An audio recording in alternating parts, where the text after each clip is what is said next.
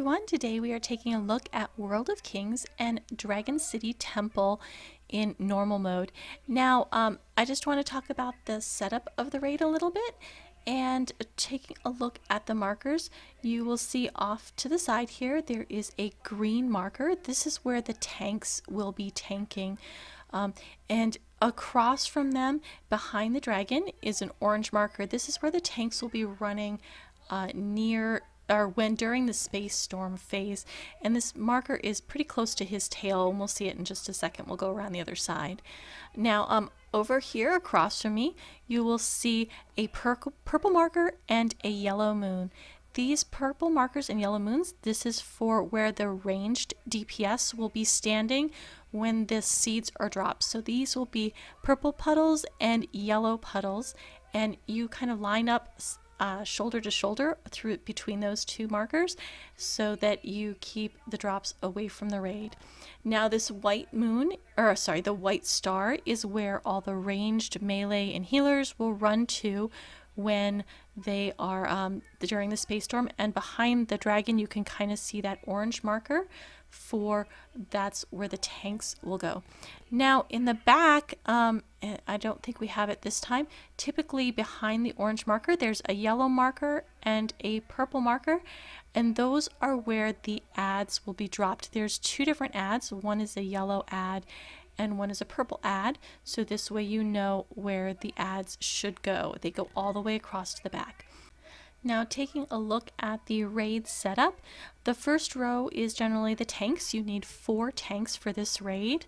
After that we have the melee in 2 columns and the range in 2 columns. So the range will stay together and the melee.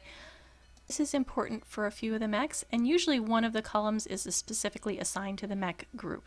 Now here we have the boss that we pulled, and I'll go over tanks in a bit because I want to talk about some of the mechanics first.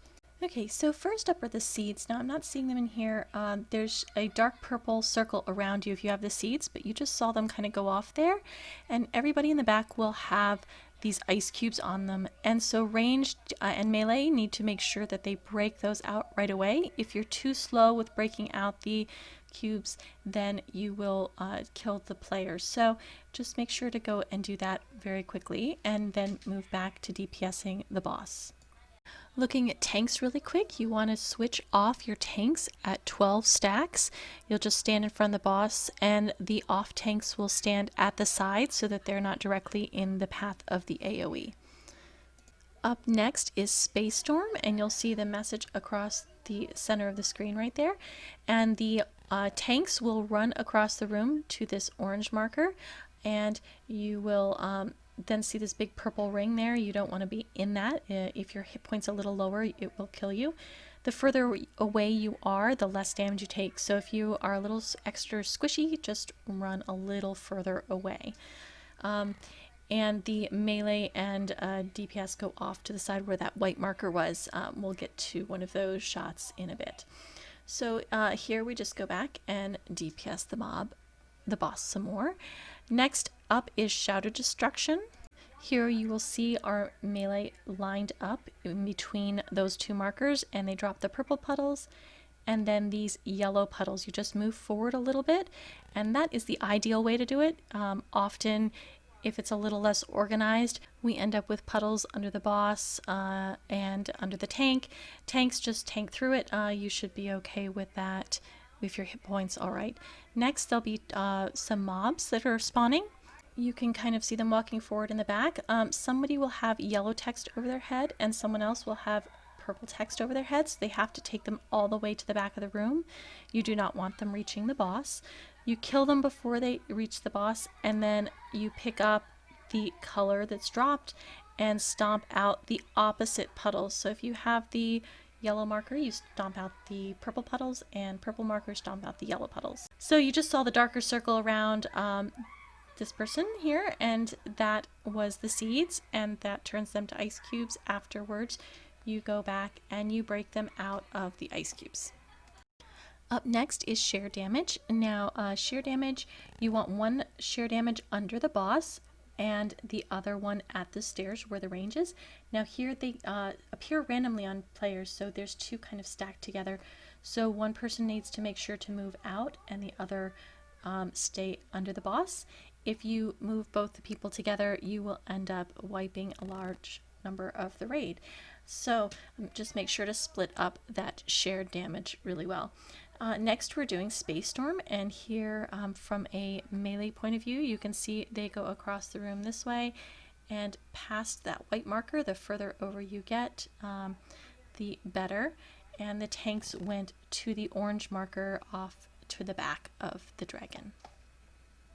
Up next is Demon Spires. Now you can see the spires kind of come and go. You need to stand on these purple puddles. If you get off, there will be a spire and you'll take a lot of damage. As a tank, I tend to hop onto a Demon Spire if it's on the side of the boss and I happen to see it. Otherwise, generally, you're going to assign some range damage to those. Okay, you just saw the shadow distraction again, where it dropped the purple and then yellow puddles. As you can see here, the yellow puddles got a little too close, and so it's better for the melee to switch under to the other side of the dragon.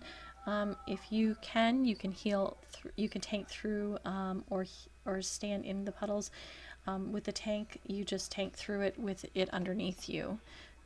Now, again, the creatures just spawned in the back, so you needed to attack them and kill them, and then use the orbs that drop from them to get rid of these purple and yellow puddles. Now here you can see I'm on the other side of the boss, just to avoid those yellow puddles.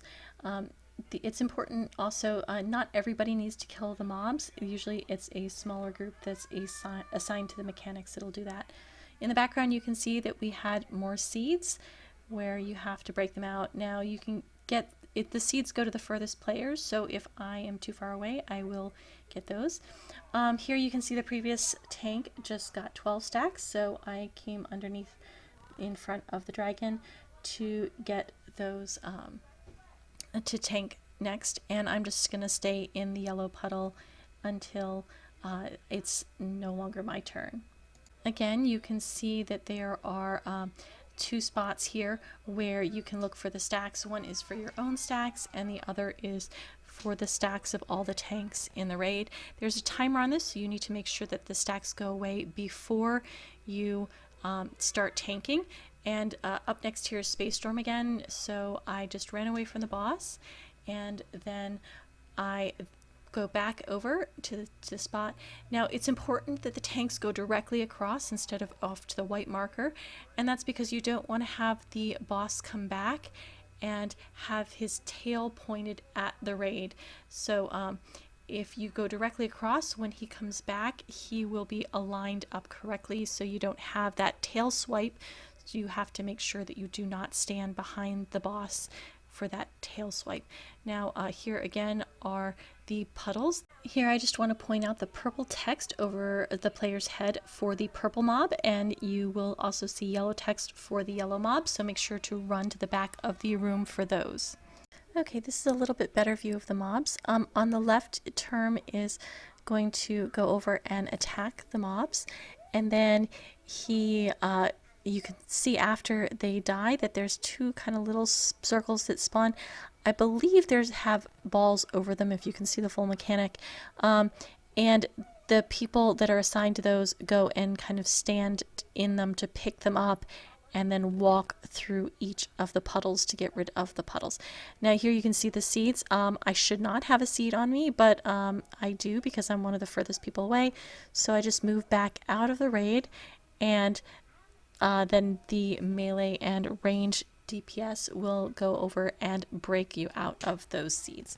Again, you want to make sure that you break them out quickly because, as you can see, they're taking damage being in the seeds. Okay, at this point I've gone over all the mechanics, so if you feel that you've got a good handle on it, you can stop here. I'm going to just keep going through this because there's a lot of mechanics in this raid. And again, you can kind of see next, the boss does this tail swipe behind him. Just make sure you don't stand behind the boss ever, as it will wipe people out. Okay, up next we're going to have another Space Storm. This is one of my favorite dungeons to play a dragon rider in because I have a quick way of going across the room. So flash, roll, whatever you need to do to get across the room quickly, again, because of the Space Storm. And the boss is almost dead at this point. So again, we're going to have demon spires next, and you can see the little tall things. People just need to stand on them. Someone's already on that one, and the far side I will check. Usually I like to go stand on it, but again, usually there's a group that is assigned to standing on the demon spires. So you usually don't have to. I just like to help out and grab them if I see them. Now, up next is the shadow destruction again, and you can see in the top window that Term will get the message that he has to move, and so he goes all the way to the back of the room. In this case, he has the yellow ad, and in the other window I am taking the boss again for tanking once they get to 12 stacks. And in the top again, Term stays there until the ad spawns, and then DPS this down. Now we don't get any other shots really for this because the boss dies here, but at least you get a really good idea of this raid, and hopefully you found this helpful. You're watching VGO 40, and this is VGO Girl, and we will see you next time in World of Kings.